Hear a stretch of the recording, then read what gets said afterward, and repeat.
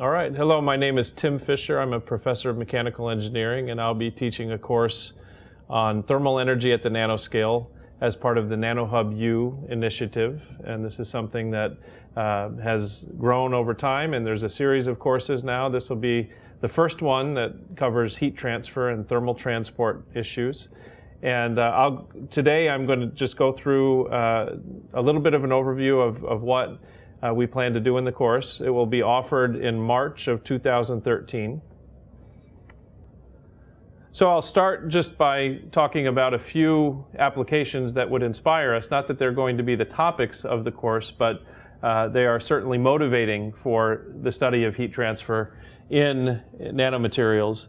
And so we look at especially a lot of energy applications, from solar arrays to thermoelectrics to fuel cells. And even though thermal energy is not necessarily the primary purpose or the primary object being acted upon in every application, it is a consequence of these devices, and the second law is sort of on our side in that effect, that highly directed forms of energy have to convert ultimately to thermal energy. And so we'll look at the materials, or at least some representative forms of the materials that comprise applications like this, as well as another very much inspiring application is nanoelectronics, and there's been great progress made. The first couple of courses in the nanoHUB-U series focused on nanoelectronics, and now we want to take a step back and say, well, with all of that charge transfer happening and the power being generated and dissipated, how can we handle the heat loads from those devices, and what happens and how does heat flow in those types of structures? Furthermore, there's a growing interest in advanced manufacturing. I show an example here of laser manufacturing, but those types of applications as well often involve nanomaterials and nanoscale transport principles that are relevant to us. We're going to start with a fairly simple geometry and approach, and it's one that's been used in the other nanoHUB-U courses, the ones on electronic transport. That's the Landauer formalism, in which you have a hot reservoir, a cold reservoir, and a device in between for our purposes. In the other courses, they were interested in charge transfer, so they had voltages or potentials driving charge across this type of structure. For our purposes, we'll have heat or temperature as the equivalent of potential that drives the energy across the device. And the mathematical representation that we'll use, that's shown on the bottom of the slide, is the heat flow rate. That's in units of watts, for example. And it's comprised of a number of different terms that we can kind of break out and study almost one at a time. The first one is the number of modes, which is sort of like how many carriers can fit in the cross-section of the device. The next term is the energy. This is an example with phonon, so energy we represent as Planck's constant times the frequency. And then the last term of those first three is the transmission function, which also can be very complicated. It's sort of the probability that a carrier will start on one end and reach the other side. And then on top of all of those three, we multiply the difference between the driving occupation functions, in this case a Fermi-Dirac distribution function that will, if the distribution function on both sides in both contacts is the same, then nothing will happen. But if I increase the temperature on one side, then that will tend to push carriers into the device, and ultimately some of those will reach the other side. In order to get to that point, we'll have to do a little bit of background work, and we'll start with trying to understand the dynamics of a solid-state lattice. And so the first thing that we'll do is to describe a lattice in terms of masses and springs. I'm a mechanical engineer, so this is something that we've done routinely, and I realize that many people who take the course may not have had such a background in mechanics, so we'll start pretty simply, and we'll talk about the spring mass system and the dynamics of that system, and we'll use linear springs because that's really all we need at least for most of our applications. And this spring will produce a potential energy, and it will contain and release a potential energy, and that produces motion in the lattice. and we will quantify that motion. We'll understand how that motion is related to energy. And then once we understand how that's related to energy, we'll start to map some of these other concepts on, like transmission and number of modes. Much of our work will involve a linear chain of atoms with a few twists. In this example, we have a couple of different atomic masses that form a chain. And again, we then collect all that potential energy. And once we have that, we apply simple equations of motion. F equals ma is the most complicated equation for this part of the course that we'll have to deal with. And I think you all can, each one of you can handle things like that. And ultimately, when we solve those equations of motion, we get a dispersion curve. So k is a wave vector. It's the inverse of the wavelength. And that is dependent on the frequency. Most of you who have studied electronics understand the dispersion relation as being a parabolic type of relationship. So this one's, as you can see on the chart here, is quite different. That's actually a couple of back-to-back quarter sine waves. That's a acoustic phonon dispersion curve, and we'll derive that and understand the physics of where it comes from. But that forms the basis of our phonon dispersion that we'll have to use to understand thermal energy and how different modes of energy accumulate in a real solid. Another concept that we'll go through is phonon-specific heat. Specific heat is the amount of energy that it takes to raise a material by 1 degree, and it's usually normalized by mass or volume. And there are different models for it. Here we show two of them. This is in particular for acoustic and optical phonons. The Debye model makes an approximation to that dispersion curve that I showed you before. And there's a classical result that we'll derive for very low temperatures down in the bottom left of the curve. There's a cubic temperature dependence for a bulk material. And we'll, in this course, understand what happens if I confine that material, if I make it a two-dimensional material or a one-dimensional material.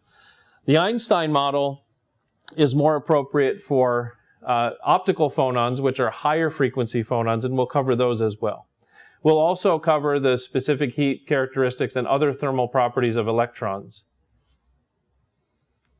And one of the materials that will be of greatest interest to us will be graphene. So we'll try to use graphene since it's so technologically relevant today.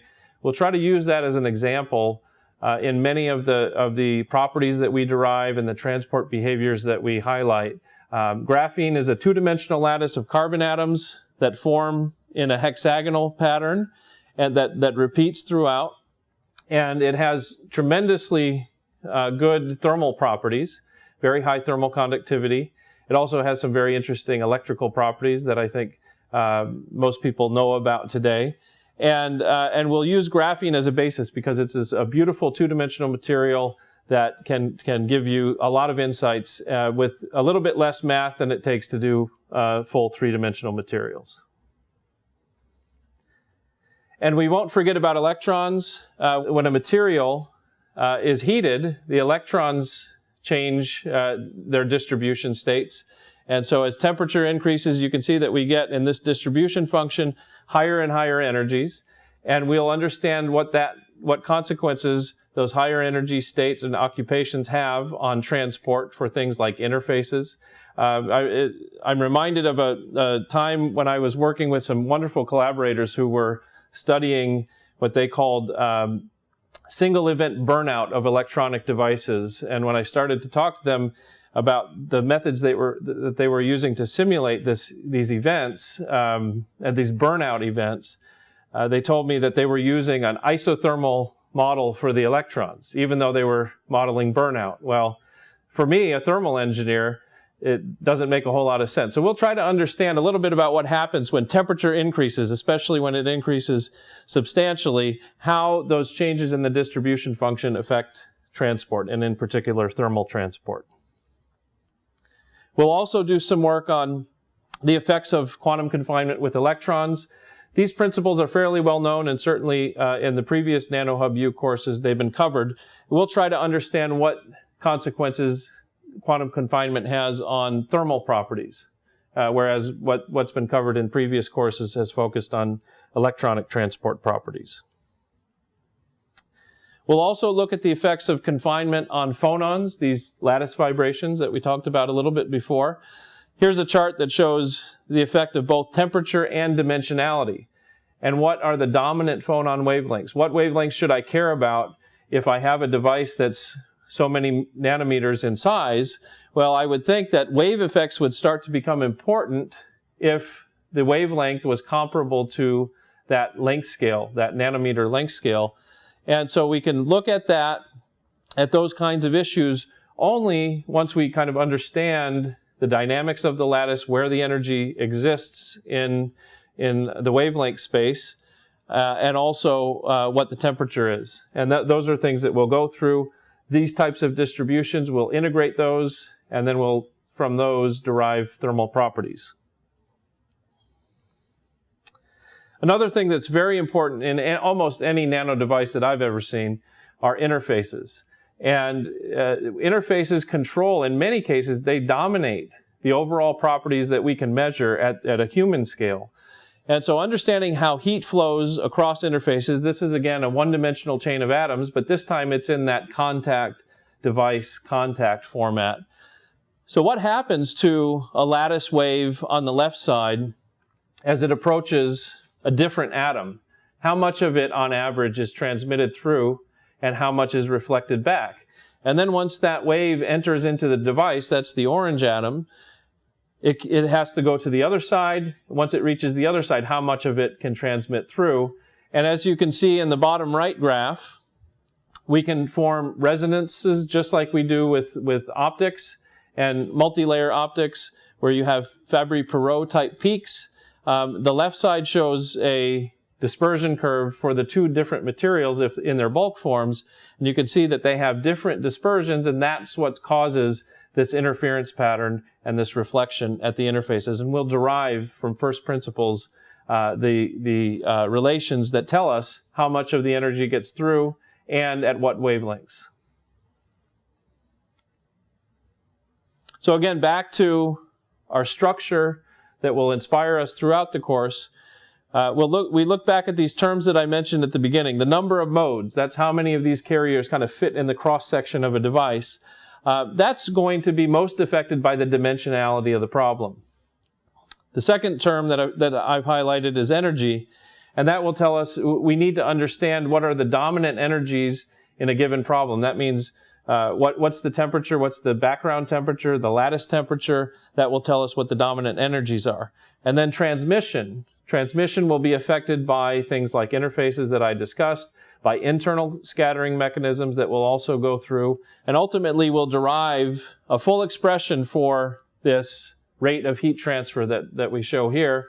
And from that, this really forms the basis of other properties like thermal conductance, thermal conductivity, and so forth. So here I list the goals in our course. I won't read them to you, but essentially what I hope is that that you will be able to appreciate how heat transfer happens at the atomic scale and what that means when I start to build materials that are a little bit bigger than atoms and then something all the way up to bulk. And we'll do that, again, using this Landauer formalism that inspired our description so far today. And from that, we will understand things like something called the quantum of thermal conductance. We'll understand how scattering happens and how it depends on the carrier energy or frequency. And we'll also look at these issues of interface and boundary resistance that are so common in nanomaterials. The schedule that we've outlined here will start with this lattice structure, 1 week of lectures on lattice structure. Then we'll go into some carrier statistics, because statistics are very important, especially for thermal applications. So this is essentially the fundamentals of statistical thermodynamics. We'll have to inject a little bit of that. Then we'll derive some basic thermal properties, move into more depth on this Landauer formalism, and then ultimately talk about scattering and transmission and these interfaces that I think are so important for nanomaterials. So if what I've described to you is interesting, I would very highly recommend that you go to the website that's listed here and register. It's open now. And if you have any questions, there are a lot of resources online to look at examples of of the types of interactions that we have. The course will be extremely interactive. There'll be roughly 20-minute lectures with a homework assignment that is evaluated, and we'll also give solutions. And so I really am looking forward to it, and I hope that you'll think about joining us. Thanks.